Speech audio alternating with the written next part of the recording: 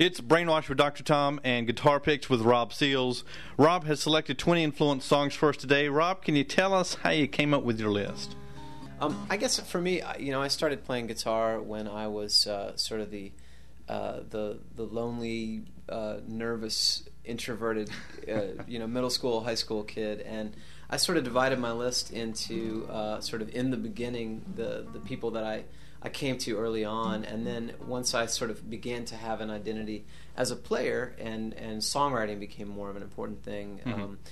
The list sort of moves from the rock bands to some of the singer-songwriters and ultimately some of the session players and producers that I admire.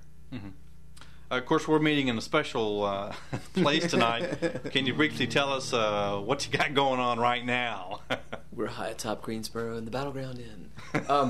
I recently moved to Los Angeles, California, and I used to live here in Greensboro, and I'm back in town to do some work as a visiting artist at a number of schools on the East Coast, and two in the Triad in particular, Forsyth Country Day School over in Winston-Salem and Greensboro Day here in Greensboro, and then I'm working my way up to the Washington, D.C. area, and it's about a 7-week run playing shows, cool, supporting a new record, and visiting colleges and schools, teaching creative process. It's good stuff. All right.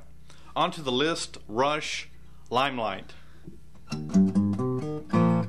I think everything starts with Rush for me, and probably so many disenfranchised, young, lonely suburban white boys in the 80s everywhere.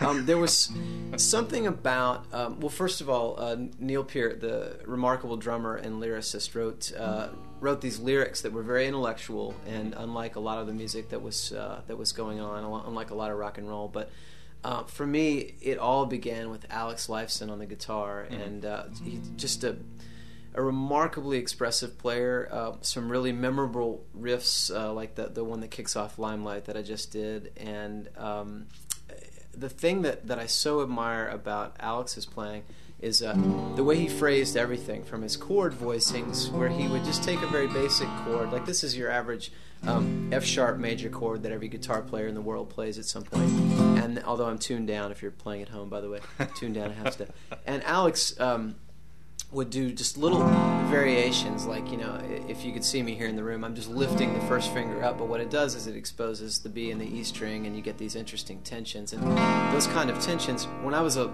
little kid learning guitar, I didn't understand the theory behind it. I just knew it was cool, and Alex did it, so I wanted to do it. But I think it's that sort of piano cluster sounding chord, that kind of tension and mild dissonance that really just entranced me and intrigued me. And as a soloist, I just think he's one of the most expressive players, and he was so willing to leave just measures and measures of space and just hold and sustain a note and just break your heart. And so he was where it all began for me. He was the one who made me feel like I wanted to play guitar. I'm playing an acoustic guitar, which does not quite have the attack and sustain of Alex's trademark white Gibson ES 335, but I'm playing a cedar top Takamine electric acoustic, which has been my battle horse for the last decade or so. It looks like a team of hamsters got loose on the face and scuffed it up a bit,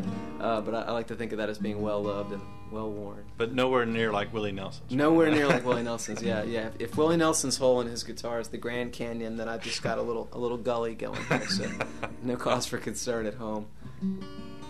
It's Brainwash with Dr. Tom and Guitar Picks with Rob Seals. Van Halen, Ain't Talking About Love. Oh, come on. Well, I mean, you can't have learned to play guitar in the early '80s and not have at least heard Eddie Van Halen. To me, even now, listening to Eddie Van Halen play guitar is I have the same fascination that I have when I listen to Miles play the trumpet or anyone playing another instrument than the guitar. It's like it's another instrument in his hands sometimes. And but the thing that endures for me is he was such a great rhythm guitar player, and you never hear people talk about that. But when you go back and listen to Van Halen 1, that first record that really changed a lot about pop rock in America, there are these fat, deep rhythms that he's just laying down, very, very chunky. And I think that tone that he got on his electric guitar is a tone that as I strum my acoustic, which sounds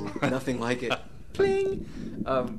Eddie's tone was just so monumental and so monstrous, and a product of a lot of tinkering and soldering and messing around, and he made a signature sound that I think is a thumbprint that is landed on guitar players for the last 2 decades, and you can't.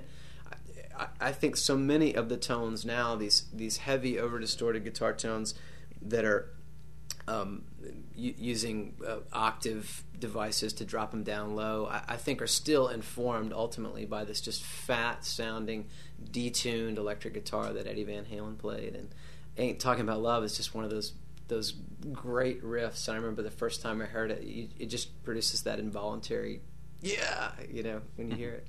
Is there any abstraction you can get even though you've got an acoustic on? Well, I think one of the things that he's if you think about the guitar as your left hand, if you're a right-handed guitar player, your left hand, the hand that's on the strings and fretting, if you think of that as being your vocabulary, so the more you know in your left hand, the more you can say, the incredible scales and runs and chord shapes and stuff. But the right hand is your ability to choose those words, your diction, your word choice. And it doesn't really matter how great your vocabulary is if you don't choose those words well. And the thing about Eddie is he could do anything on the guitar, but ultimately he made the right decision at the right time. And so a lot of it is just this great palm muting thing going on in the right hand, where he's laying the heel of the hand against the bridge of the guitar and getting that kind of thick and fat thing. And he's just got such a great innate sense of rhythm that you have the sense that there are 2 players a lot of the time, because he's holding it down on the bottom end